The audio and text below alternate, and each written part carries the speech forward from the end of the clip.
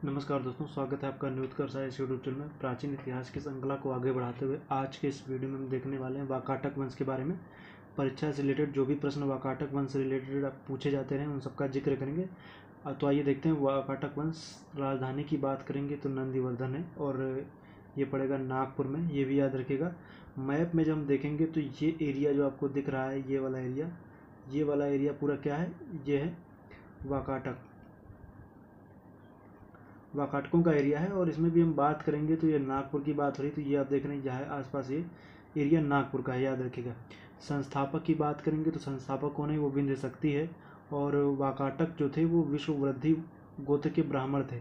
देखिए इसमें इम्पोर्टेंट जो है ये किस गोत्र के थे ये नहीं, लेकिन ये पूछा जा सकता है कि क्या थे, तो ये ब्राह्मण थे, याद रखिएगा।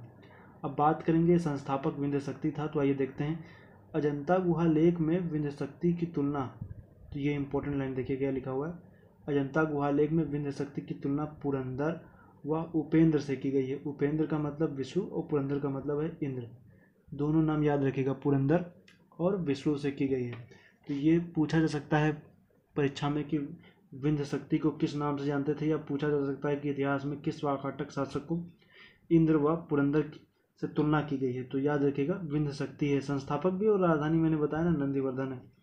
और बात करेंगे प्रवरसेन की, तो नेक्स्ट शासक जो है वो प्रवरसेन बनता है। और प्रवरसेन फर्स्ट जो है ये 275 से 335 ईस्वी के आसपास की इसकी ड्यूरेशन है। और कह सकते हैं वाकाटक वंश का एकमात्र शासक जिसने सम्राट की उपाधि धारण की थी।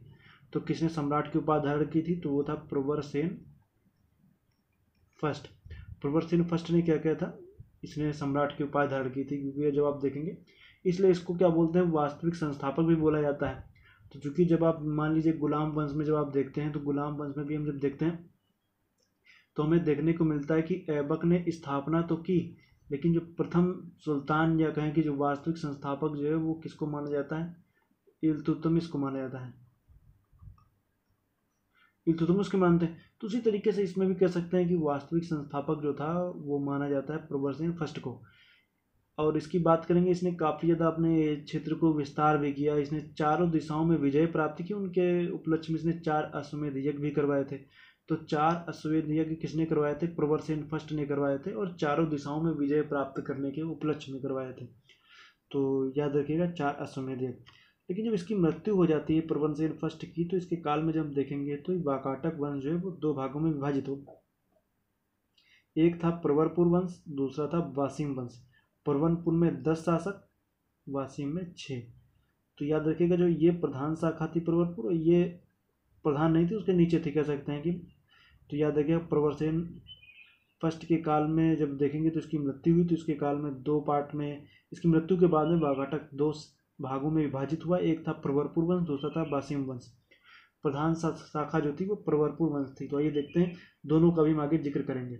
जब बात करेंगे प्रधान शाखा की, तो प्रधान शाखा में देखने को मिलता है कि जो रुद्रसेन फर्स्ट है, ये क्या है, ये वैष्णव धर्म को त्याग कर शैव धर्म को अपनाता है।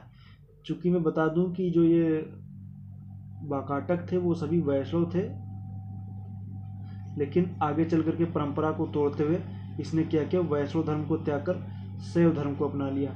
और वाकाटक अभिलेखों में रुद्रसेन फर्स्ट को भगवान का नाती बोला गया था, भगवान की पुत्री से उत्पन्न इसको बोला गया। तो याद रखिएगा। इसके बाद में जो शासक आता है वो है पृथ्वीसेन फर्स्ट।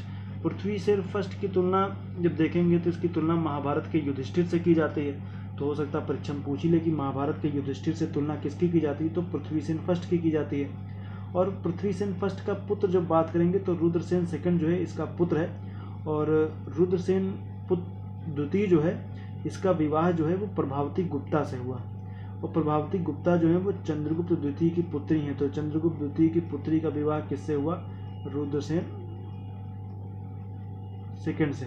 और काल किसका चल रहा है, काल चल रहा है पृथ्वीसेन फर्स्ट का। तो पृथ्वीसेन फर्स्ट के काल में रुद्रसेन द्वितीय से विवाह हुआ। और इसी के बाद जब हम देखेंगे तो ये पृथ्वीसेन फर्स्ट के बाद शासक बनता है रुद्रसेन द्वितीय। ड्यूरेशन 385 से 390 ईस्वी। पुस्तक इसकी सेतुबंध है, कोई इंपॉर्टेंट नहीं है। इसने क्या किया, शैव धर्म को छोड़कर वैष्णव धर्म को अपनाया। तो याद रखिएगा किसने शैव धर्म को छोड़कर के वैष्णव अपनाया, तो मैं बता दूं जो गुप्त थे ये सभी कौन थे, वैष्णव धर्मानुयायी थे, वैष्णव थे।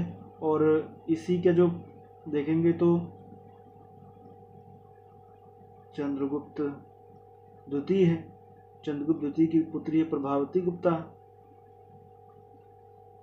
प्रभावती गुप्ता का विवाह हुआ रुद्रसेन द्वितीय से, तो प्रभावती गुप्ता का जब विवाह रुद्रसेन द्वितीय से हुआ तो इनके ऊपर भी, रुद्रसेन द्वितीय पर भी जो था वो गुप्तों का प्रभाव हुआ। तो ये शैव धर्म को छोड़ करके ये पुनः वैष्णव धर्म को अपना लेते हैं। तो जो पुनः वैष्णव धर्म को अपना लिया तो इनके दो पुत्र भी हैं, एक है दिवाकर सेन, दूसरा है दामोदर सेन। तो ये दोनों अल्पवयस्क थे। और आगे चल करके रुद्रसेन द्वितीय की जब मृत्यु हो गई, तो रुद्रसेन द्वितीय की मृत्यु हुई तो दोनों पुत्र तो इनके अल्पवयस्क हैं। तो प्रभावती गुप्ता जो थे वो राज्य की संरक्षिका बनी। तो प्रभावती गुप्ता राज्य की संरक्षिका जब बनती है तो अब चूंकि मृत्यु हो चुकी रुद्रसेन द्वितीय की, तो 390 से 410 ईस्वी तक प्रभावती गुप्ता जो है वो संरक्षिका के तौर पर शासन करती हैं। और इनका शासन काल जो है वो वाकाटक गुप्त संबंधों का स्वर्णकाल कहा जाता है। तो क्या कहा जाता है? स्वर्णकाल कहा जाता है, स्वर्णकाल कहा जाता है। तो याद रखिएगा स्वर्णकाल कहा जाता है किसका, किसके काल को? तो प्रभावती गुप्ता के काल को, क्योंकि पुत्री भी चंद्रगुप्त द्वितीय की हैं, तो इस वजह से इनके ऊपर गुप्तों का प्रभाव तो था ही, इस वजह से स्वर्णकाल भी बोला जाता है। अब इनका एक महत्वपूर्ण अभिलेख है प्रभावती गुप्ता का, पूना ताम्रपत्र। इसका उत्कीर्ण जो है वो प्रभावती गुप्ता के संरक्षण में हुआ था और किया था चक्रदास ने।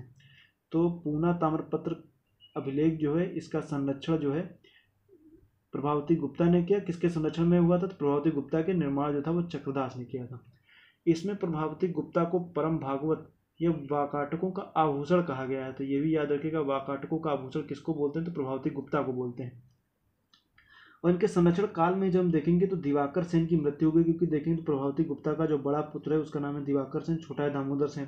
तो बड़े पुत्र की तो मृत्यु हो गई, तत्पश्चात दामोदर सेन जो है वो उसको प्रवरसेन द्वितीय के नाम से शासन बना दिया गया। तो प्रवरसेन द्वितीय जो है वो शासक बना, इसका नाम था दामोदर सेन। और प्रवरसेन द्वितीय जो आता है परम महेश्वर इसको कहा जाता है जामवंत ताम्रपत्र अभिलेख में। कोई मतलब नहीं, याद ज़्यादा करने की जरूरत है नहीं, लेकिन इतना याद है कि परम महेश्वर इसको कहा गया है। और इसके काल में सर्वाधिक वाकाटक अभिलेख जारी हुए, ये भी इंपॉर्टेंट है। तो किसके काल में सर्वाधिक वाकाटक अभिलेख जारी हुए? तो वो शासक कौन है? वो प्रवरसेन द्वितीय है। इसके बाद में जब हम देखेंगे तो शासक आते हैं नरेंद्र सेन, पृथ्वी सेन। कोई इन लोगों का इम्पोर्टेंट है नहीं, लेकिन हाँ कभी कभी देख लीजिए, हो सकता है परीक्षा में पूछ लिया जाए कि कौन शासक पहले आया कौन बाद में आया, कालक्रम सेट करने का पूछ लिया जाए, प्रवरसेन, नरेंद्र सेन, पृथ्वी सेन, तो आपको बताना रहेगा कौन था। तो आगे चल करके जब हम देखेंगे तो पृथ्वी सेन अंतिम है।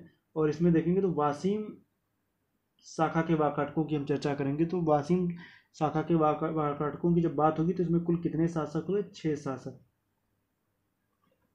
6 शासक। इसमें से एक है सर्वसेन। सर्वसेन की रचना है हरविजय। तो इसने हरविजय नामक काव्य की रचना की। तो इसमें इंपॉर्टेंट ये देखिए, दो चीजें इंपॉर्टेंट है, एक है हरविजय और दूसरा हरिविजय। तो हरिविजय और हरविजय दोनों में कंफ्यूजन हो सकता है। तो हरविजय की रचना जो है वो किया है सर्वसेन ने, और जो हरिविजय की रचना है वो कश्मीर के कवि हैं रत्नाकर ने किया है। तो किसने किया है? रत्नाकर ने किया है। तो हरिविजय की रचना किसने की? रत्नाकर ने की है। और सर्वसेन ने हरविजय की। तो मात्रा का अंतर याद रखिएगा, हरविजय हरिविजय।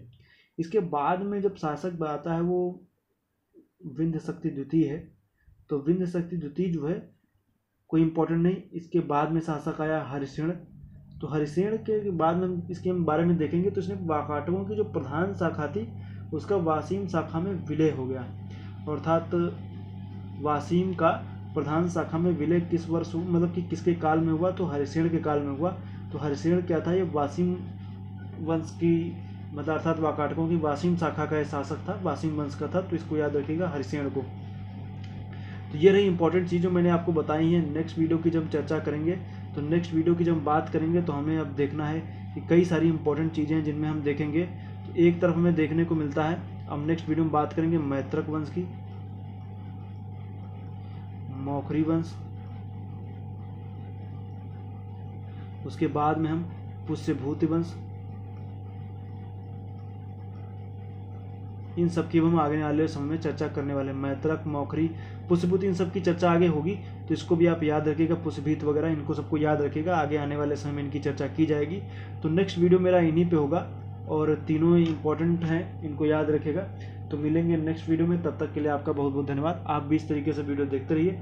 और कह सकते हैं जो पेंडेमिक चल रहा है उसमें ये कह सकते हैं कि वैकल्पिक माध्यम के तरीके से इस तरीके से पढ़ाया जा रहा है, और आने वाले समय में जैसे ही सब चीज़ें नॉर्मल होंगी, वाइट बोर्ड पर फिर चीज़ें मैं लेकर के आऊँगा, वाइट बोर्ड पर क्लास लूँगा। लेकिन हाँ, वाइट बोर्ड का एक अलग ही असर रहता है, लेकिन फिर भी आप जिस तरीके से लोगों की समस्याएं रहती थी कि लोगों का कहना था कि चीज़ें दिखती नहीं हैं, तो खैर इसमें तो और चीज़ें बिल्कुल क्लियर साफ दिख रही हैं। तो आप लोग इस तरीके से अपनी पढ़ाई कंटिन्यू कीजिए और इसके नोट्स वगैरह जरूर बनाइए, परीक्षा में इससे प्रश्न बहुत पूछे जाएंगे।